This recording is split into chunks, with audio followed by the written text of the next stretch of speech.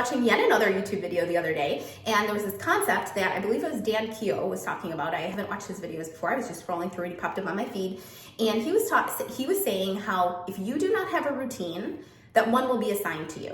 If you do not have a routine, one will be assigned to you. And I thought this was so interesting. And I think he was talking about like habits for success, because I am someone who has a routine. For the longest time, most of my life, I did not. And now that I do, I feel so much better. I get so much more accomplished, and literally like my day gets started on the right foot.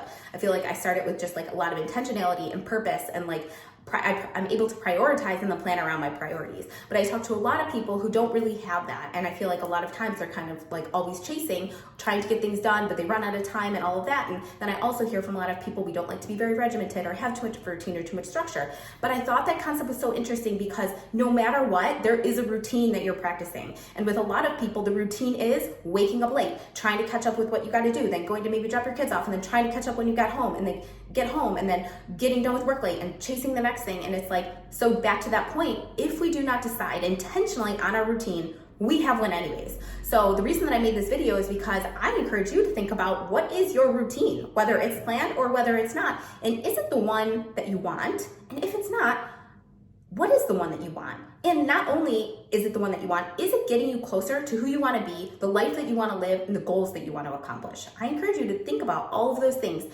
And I know that some of you are probably thinking, well, I don't get to choose. We always get to choose. We always have a choice. It may take some modification. It may not be perfect exactly how you want it or ideal right now, but there is always a way to make something work that is closer to where you want to be versus where you are.